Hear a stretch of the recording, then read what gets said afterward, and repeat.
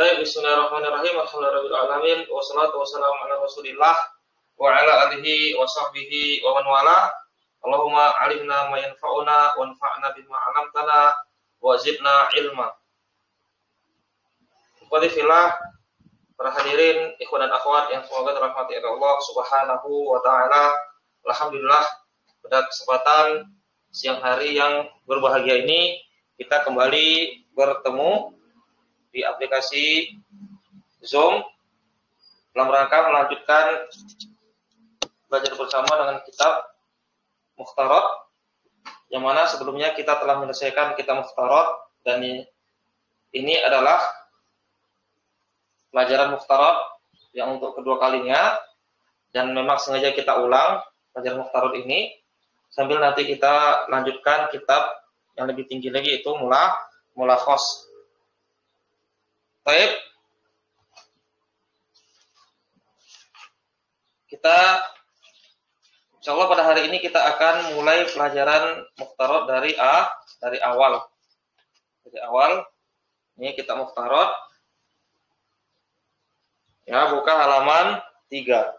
Buka halaman 3.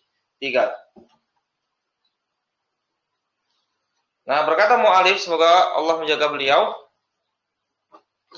Al-babul awalu, bab yang pertama. Bab yang pertama. Muqaddimatun, pendahuluan. Pendahuluan. Pendahuluan adalah sini tentang jumlah atau kalam. Jumlah atau kalam.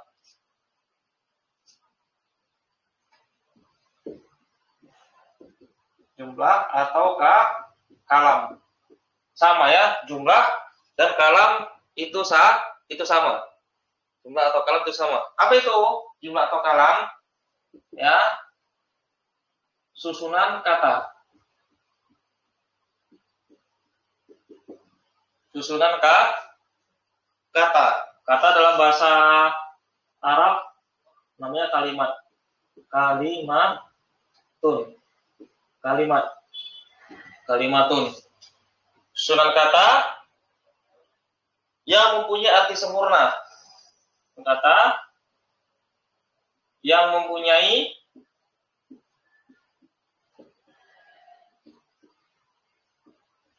arti sempurna.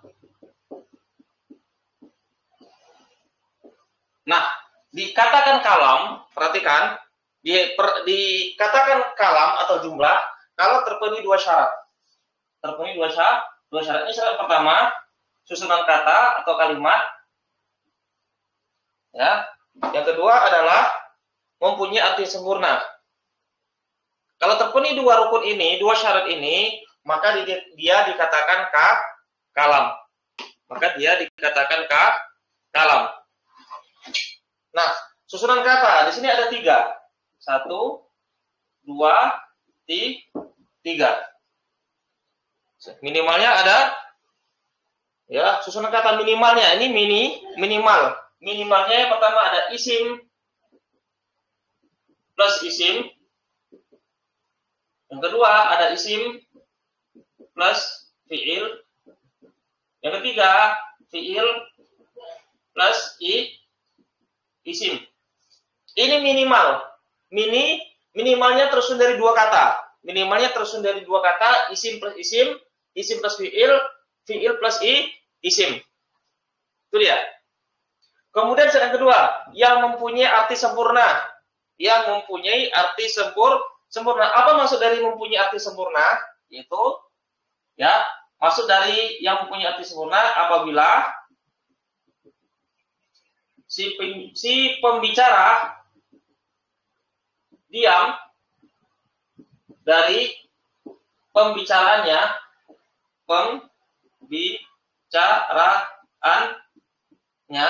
maka apa yang dikatakannya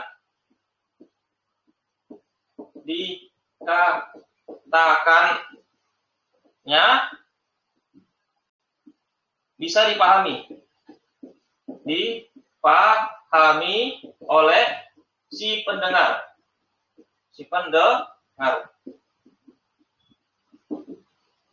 Ini dia ya. Jadi ini dia. Yang mempunyai arti sempurna tidak artinya apabila si pembicara diam dari pembicaraannya, maka apa yang dikatakannya bisa dipahami oleh si pendengar. Bisa dipahami oleh si pendengar. Nah, sekarang kita buat ya contoh yang terpenuhi dua syarat ini sehingga dia dikatakan kalam. Baik, yang pertama, isim plus isim. Contohnya, ya, Muhammadun qaimun. Ini isim. Ini isim. Muhammadun qaimun. Perhatikan. Artinya Muhammad adalah berdiri. Perhatikan. Nah, perhatikan di sini. Muhammadun qaimun. Maka apakah dia di sini kalam atau bukan kalam? Maka kita lihat. Ya, Muhammadun qaimun apakah dia ini kalam atau bukan kalam? Maka kita lihat. Ya, maka kita lihat. Syarat yang pertama, ya, susunan kata.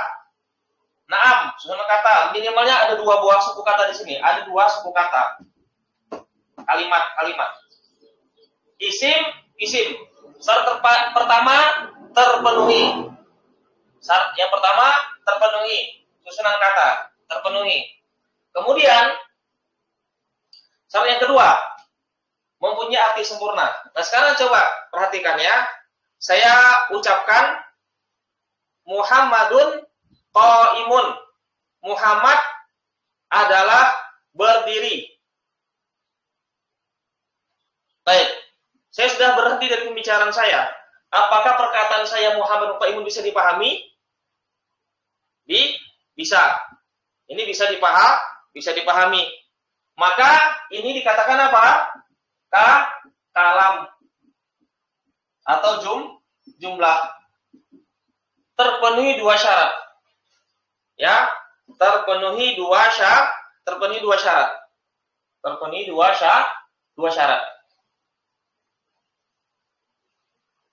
Baik. Yang kedua, isim plus fiil sama. Muhammadun qoma. Ini isim. Ya, ini fiil. Ya, isim fiil. Isim kata benda, fiil kata kerja. Muhammad telah berdiri. Muhammad telah berdiri. Apakah ini kalam atau bukan kalam? Kita lihat dulu. Kalam atau jumlah, benar atau tidak? Kita lihat dulu. Syarat pertama, susunan kata. Betul. Ya. Syarat pertama sudah terpenuhi. Susunan kata. Isim plus fiil. Fiil sudah terpenuhi. Syarat kedua kita lihat. Mempunyai arti sempurna. Yaitu, ya perhatikan. Saya ucapkan Muhammadun qaimun. Muhammad telah berdiri. Saya diam sampai di situ. Perkataan saya tadi, yaitu Muhammadun qaimun, bisa dipahami atau belum bisa dipahami? Bisa. Maka ini dikatakan kalam atau jumlah. Yang ketiga, fiil plus isim. Ya. Kita tinggalin aja. Qoma Muhammadun. Qoma Muhammadun. Telah berdiri Muhammad. Telah berdiri Muhammad. Ya, ini fiil. Ini isim. Ini kalam atau jumlah. Apakah dia termasuk kalam atau jumlah? Kita lihat. Pertama, susunan kata. Betul, susunan kata. Fiil plus isim. Syarat pertama terpenuhi. Syarat kedua, ya, bisa dipahami, perhatikan. Perhatikan, saya sekarang lagi berbicara. Qoma Muhammadun. Telah berdiri Muhammad. Apakah bisa dipahami perkataan saya? Bisa ya? Bisa. Maka dia syarat pertama terpenuhi, syarat kedua terpenuhi, maka dia dikatakan kalam, betul. Maka dia dikatakan kalam, sudah terpenuhi syaratnya.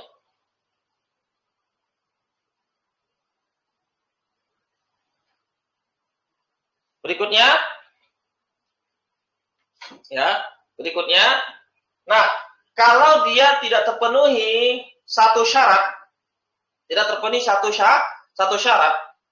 maka dia tidak dikatakan kalam. Kalam. Contohnya, syarat pertama tidak terpenuhi. Contohnya ini, Muhammadun saja. Muhammad. Ya, Muhammadun. Muhammad. Ya, masih belum bisa dipahami. Muhammad. Apa Muhammad? Muhammad apa gitu? Lagi apa? Masih belum bisa dipahami. Masih belum bisa dipahami. Maka ini apa? Ini bukan kalam.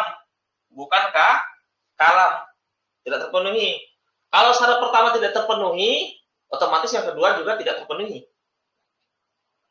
Ya. Kalau syarat pertama terpenuhi, belum tentu syarat kedua terpenuhi. Ya, kita ambil contoh. Contohnya di sini misalnya in jaa Muhammadun. In jaa Muhammadun. Apa artinya in jaa Muhammadun? Jika datang Muhammad.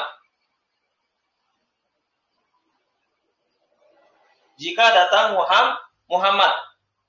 Di sini huruf, ini fiil, ini isim. Bahkan ada 3 suku kata di sini. Ada 3 suku kata. Huruf, fiil, isim. Syarat pertama terpenuhi.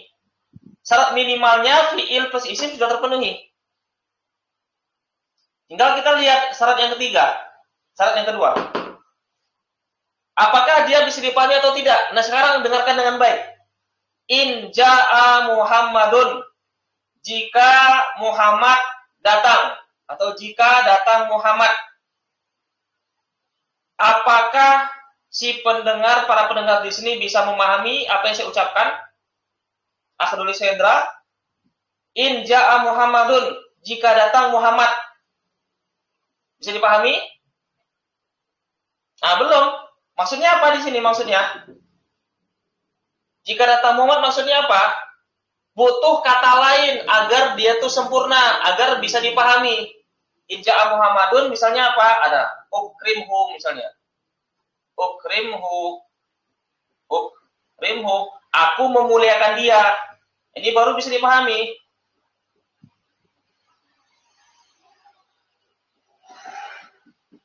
Dan dia. Ini baru bisa dipahami. Tapi kalau sampai sini saja, in jaa Muhammadun, ini belum bisa dipahami. Maka ini juga bukan kalam. Ini in jaa Muhammadun, ini bukan kalam. Ya, syarat pertama terpenuhi, susunan kata, minimalnya fiil dan isim sudah terpenuhi, kemudian syarat kedua tidak terpenuhi. Ya, tidak memiliki arti yang sempurna, tidak bisa dipahami. Ini bukan kalam. Sampai sini bukan kalam. Baik. Sampai sini bisa dipahami? Bisa ya? Akhduli Sendri bisa dipahami ya? Baik. Berikutnya. Kata al-kalimatun ada 3 macam. Isim, fiil, dan huruf. Ini kita hapus dulu ya.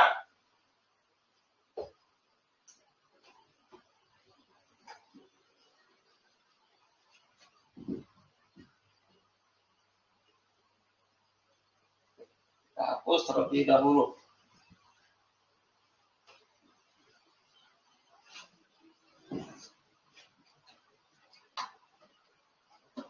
Kata dalam bahasa Indonesia, bahasa Arabnya kalimatun. Kalimatun. Kata dalam bahasa Indonesia, bahasa Arabnya kalimatun.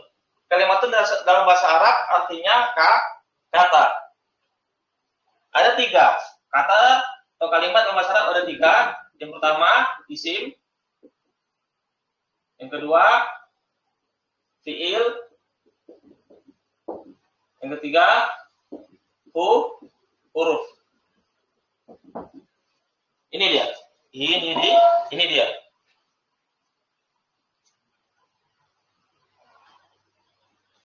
Masing-masing kalimat, masing-masing kata, isim, fiil, huruf, dia punya tanda, punya alamat, punya ciri. Punya ciri-ciri, punya tanda, punya alamat. Ya, yang pertama kita bahas tentang isim dulu. Isim. Apa itu isim? Isim di sini mu'alif mengatakan adalah kata yang menunjukkan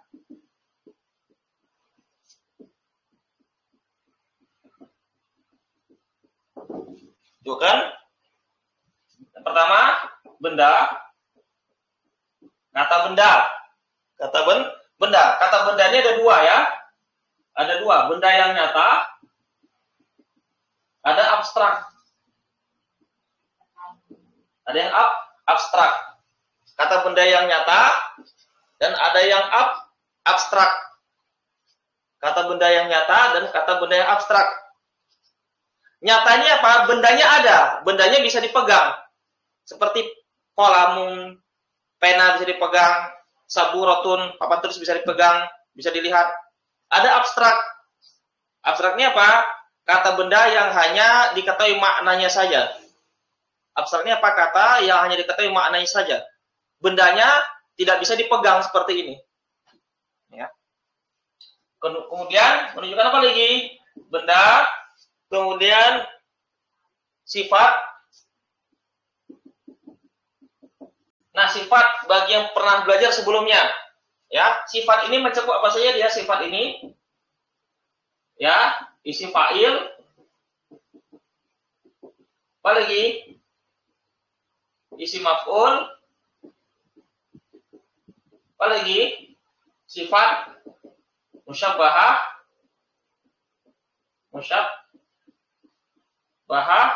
Yang berikutnya isim tafdil. Satu lagi, sigoh mubalaghah. Nanti akan datang ya, sigoh mubalaghah. Ya, nanti akan datang keterangannya masing-masing. Nanti akan datang keterangannya masing-masing.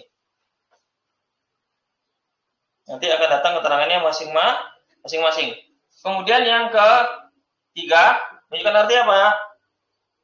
Kata keterangan waktu. Kata keterangan waktu. Kata keterangan waktu. Yang ketiga. Nah, sekarang kita ambil contoh ya. Kita ambilkan contohnya sini. Ma'un, artinya apa ma'un? Air.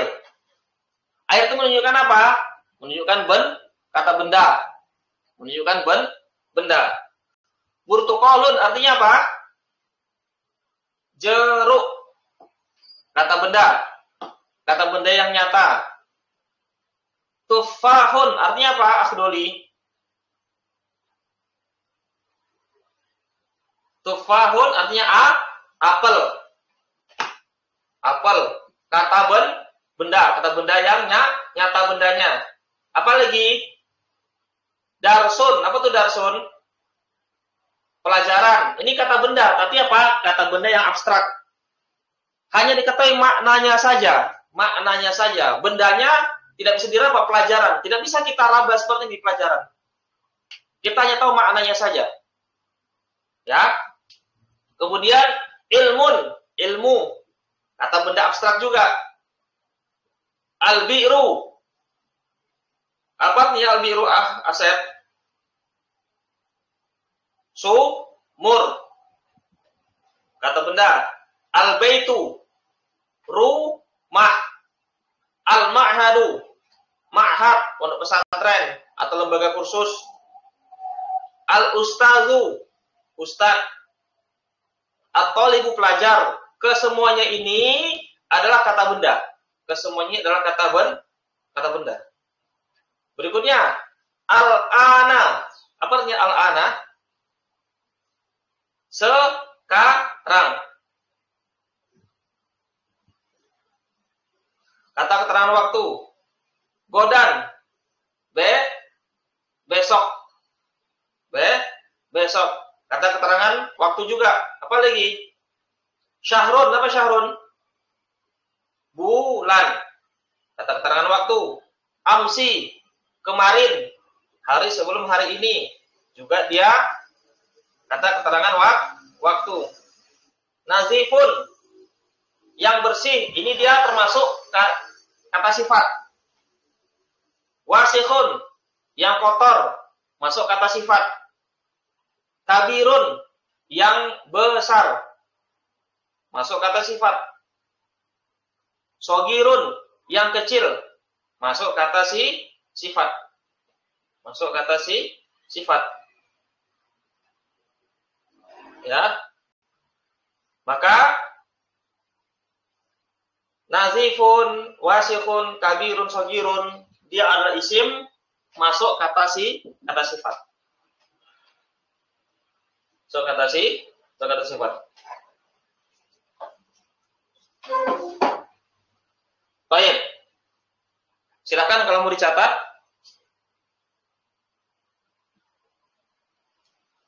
Ada pertanyaan? Atau paham ya?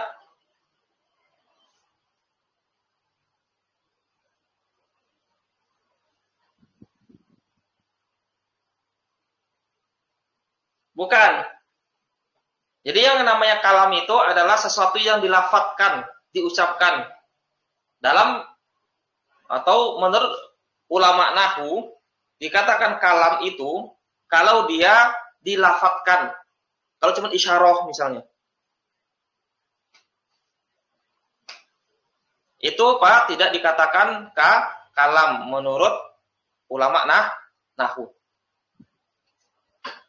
Baik, kalau tidak ada, kita lanjut ke berikutnya. Tentang tanda-tanda isim.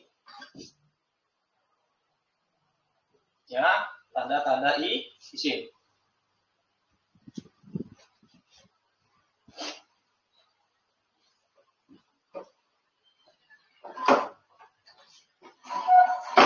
Ada 5 ya.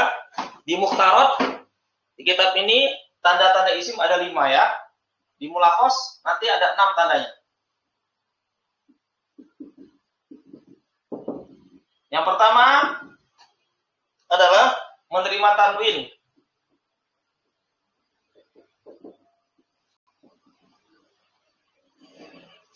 Ya, tanwin itu ini kan, gampang aja. Tanwin. Domaten, fathaten, kasroten. Ini ya tanwin. Contohnya apa? Yaminun. Artinya apa yaminun?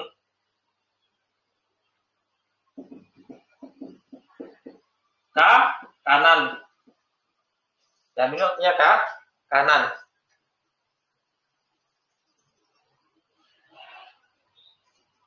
Siapa yang tahu pengertian tanwin?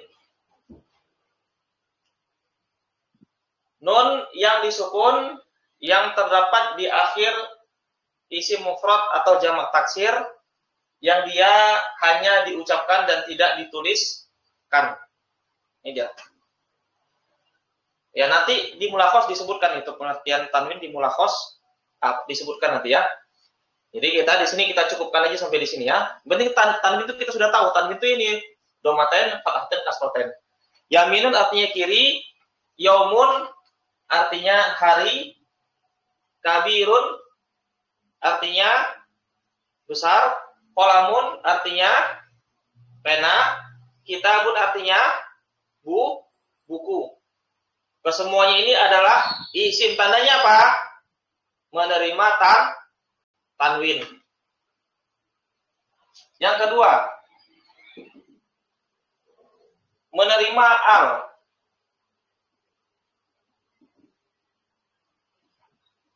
Menerima al. Ini juga apa? Ulama unahu juga bersisi pendapat. Apakah itu al atau alif lam, ya? Khilafnya tidak perlu diperpanjang. Al atau alif lam sama saja. Ya, al yaminu contohnya. Al yaminu, kanan. Kanan. Al yaumu, hari ini. Al kabiru, yang besar. Al qalamu, pena. Al kitabu, kitab. Al yaminu, al yaumu, al kabiru, al qalamu, al kitabu, kesemuanya ini adalah isim. Kesemuanya ini adalah isim. Apa tandanya? Tandanya adalah apa? Menerima alif lam. Menerima alif lam. Dan ingat ya, isim kalau dia ada alif lam, ya, isim kalau dia ada alif lam maka tidak boleh ditanwin. Kalau ditanwin tidak boleh ada alif lam. Alif lam dan tanwin tidak pernah bersatu. Alif lam dan tanwin tidak pernah bersatu. Ima dia ada alif lam saja atau ada tanwin saja. Baik, berikutnya yang ketiga. Didahului oleh salah satu huruf nida.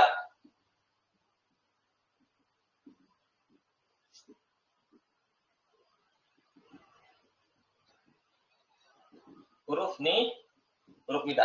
Didahului oleh salah satu huruf nida. Huruf panggilan.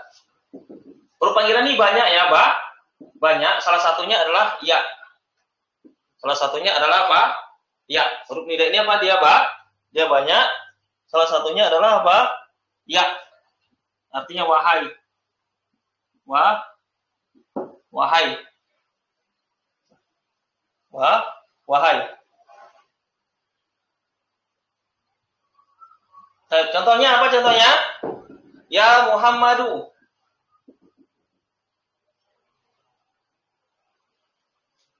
Ya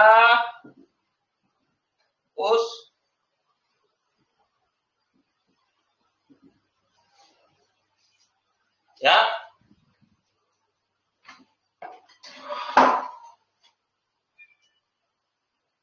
Ini Muhammadu dan Ustazu, wahai Muhammad, wahai Ustaz, ini adalah isim.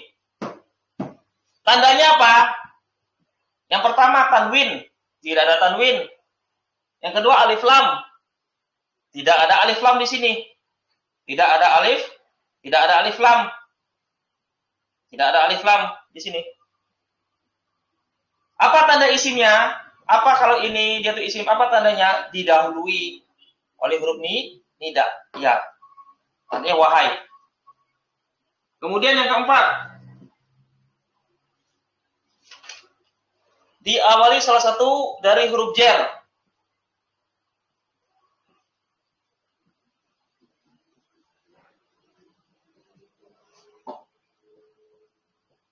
Huruf jar. Didahului salah satu huruf jar. Huruf jar apa saja dia? Contohnya ala kursiyin.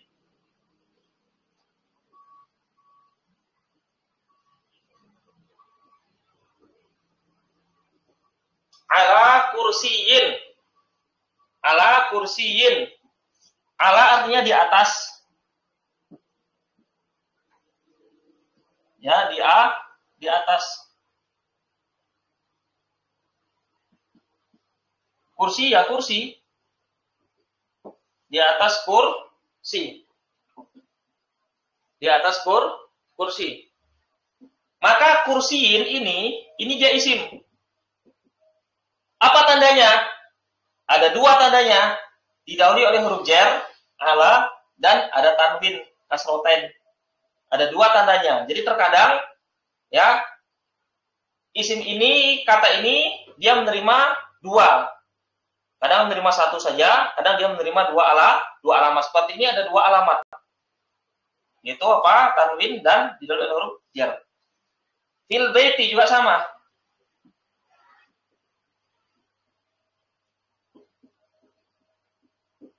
Di dalam rumah. Di dalam rumah.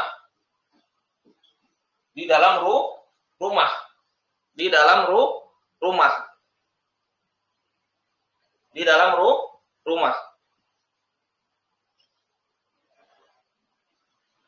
Di dalam rumah. Nah, ini al-baiti dia isim. Ada dua tandanya. Yang pertama, kemasukan huruf jar, didahului huruf jar fi, dan ada alif lam. Dua alamatnya. Dua alamatnya. Huruf jar apa saja dia? Min, artinya apa min? Dari, apa lagi? Ilah, artinya apa ilah? Ke. An, artinya apa? Akhdoli. Dari. An. Ala, artinya apa ala? Di atas. Apa lagi? Fi, artinya apa? Di dalam. Ya. Ka-nya apa ka? Seperti. Bi-nya apa bi? Dengan biasanya kan? Dengan. Apa lagi? Situ. Li-nya apa li?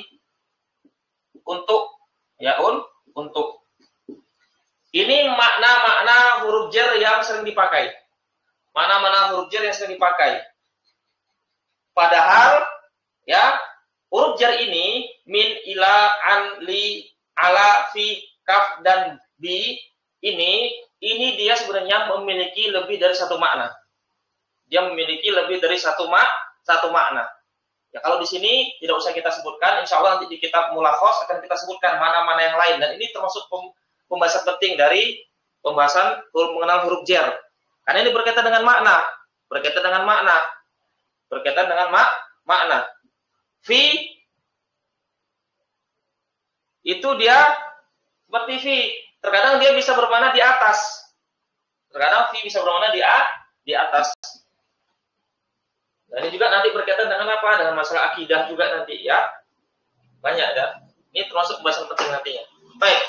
Berikutnya, yang terakhir, yang kelima adalah dia bersambung dengan isim lain. Ini kita hapus saja.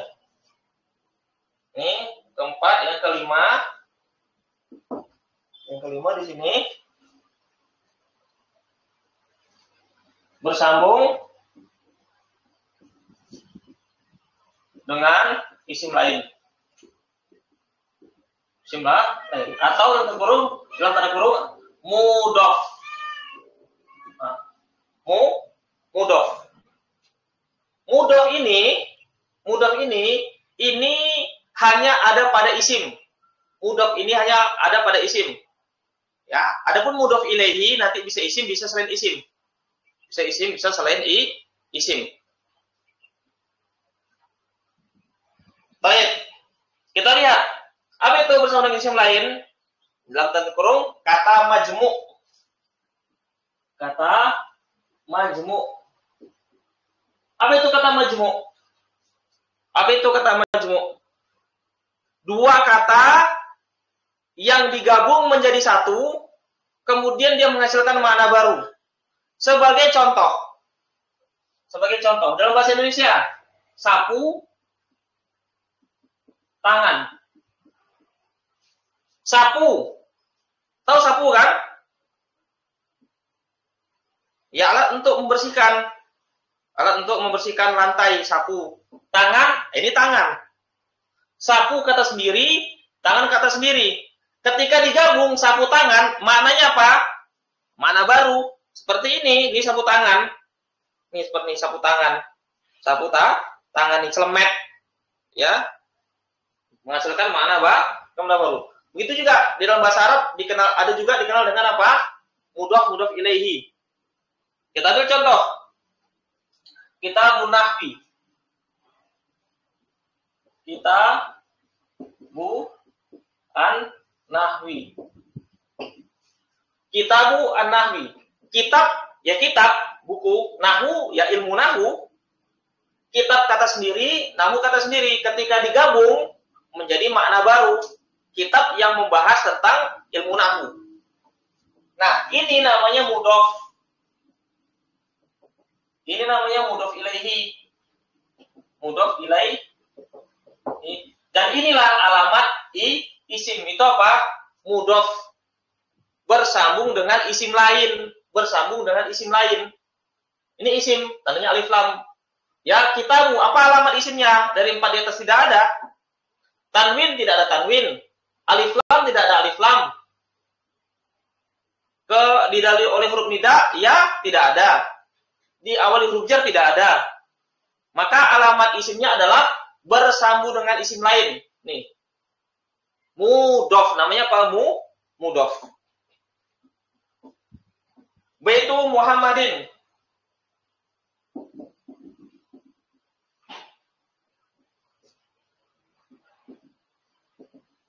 Rumah Muhammad. Rumah kata sendiri, Muhammad kata sendiri. Rumah kata sendiri, Muhammad kata sendiri. Ketika digabungkan, rumah Muhammad menjadi makna baru, yaitu rumah miliknya Muhammad. Ya, ini namanya mudhaf. Ini namanya mudhaf ilaihi. Ini mudhaf ilaihi. Namanya mudhaf ilaihi.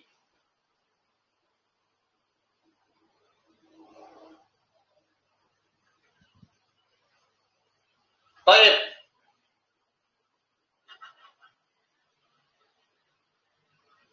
Baitu ini adalah isim. Ini juga isim. Kita lihat apa tanda isimnya? Apa tandanya? Kita lihat.